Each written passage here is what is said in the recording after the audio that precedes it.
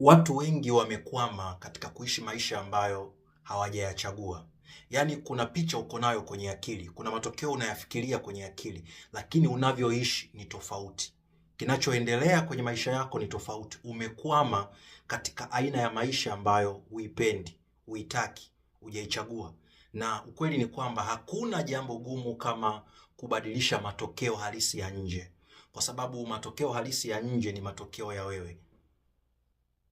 Yaani unachozalisha nje kwenye maisha yako ni matokeo ya wewe ulivyo ndani yako. Sasa nataka nikupe siri moja ya umuhimu na nyepesi na rahisi itakayokusaidia kuweza kuona matokeo tofauti katika maisha yako. Kiuchumi, kimahusiano, amani yako ya ndani, pamoja na tabia zako.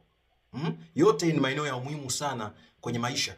Kuna aina fulani ya uchumi unaoutaka, uhuru fulani wa kiuchumi unaoutaka, lakini umekwama mahali ambako umekuwa mtumwa. Lakini cha pili, matokeo huko umekamatwa kwenye mahusiano ambayo upo kwenye cycle ya mahusiano yenye kuumiza. Umekamatwa katika tabia fulani ambazo unaona ni tabia ambazo hazikuletei manufaa, lakini huna namna ya kuzalisha tabia nyingine au kubadilisha.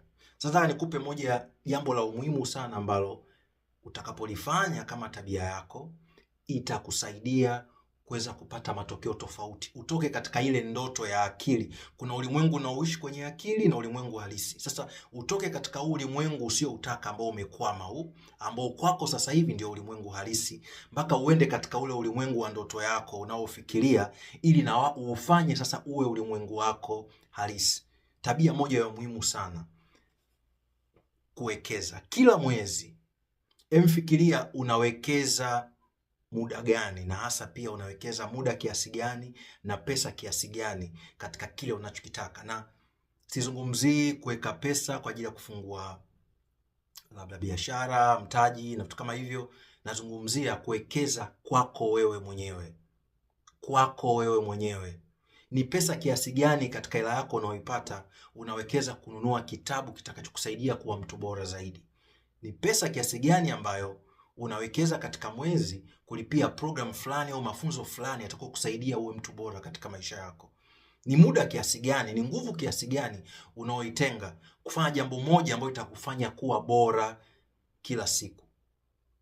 Ukiwa unaweza kuakisi, piga mahesabu katika mwezi huu, katika hela yangu niliyoipata, ni kiasi gani nimewekeza katika kuwa mtu bora zaidi. Na wakati mwingine haihitaji kuwekeza pesa nyingi kuwa mtu bora zaidi kwenye maisha yako. Kitabu kimoja tu kwa mfano cha 15,000 au 20,000, vingine viko sio mbaya hata ukinunua kitabu cha 50,000, ili mradi ni kitabu ambacho kina nguvu ya kukusogeza kuwa mtu yule unayetaka, inatosha kabisa kubadilisha maisha yako, historia ya maisha yako. Ziko shuhuda za watu wengi ambao kitabu kimoja tu kilibadilisha maisha yake yote.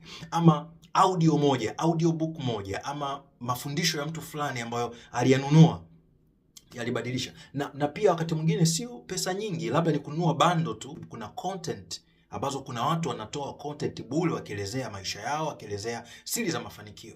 Kwa kiwango gani unawekeza katika kuwa mtu bora zaidi? Kwa sababu utakachozalisha kwenye maisha yako, matokeo yako ya nje ni madhihirisho ya wewe, kile kilichomo ndani yako. Yaani kwa lugha nyingine tunasema experience unaoipata katika maisha. Wazungu wanasema your personal experience inatokana na your personality. Personality yako ni jumla ya tabia zako, fikra zako, mawazo yako na vile unavyojisikia ndani yako. Kwa hiyo wekeza. Umewekeza kiasi gani mwezi huu, na unakusudia kuwekeza kiasi gani mwezi ujao, ili uwe mtu bora zaidi, uweze kufurahia maisha yako.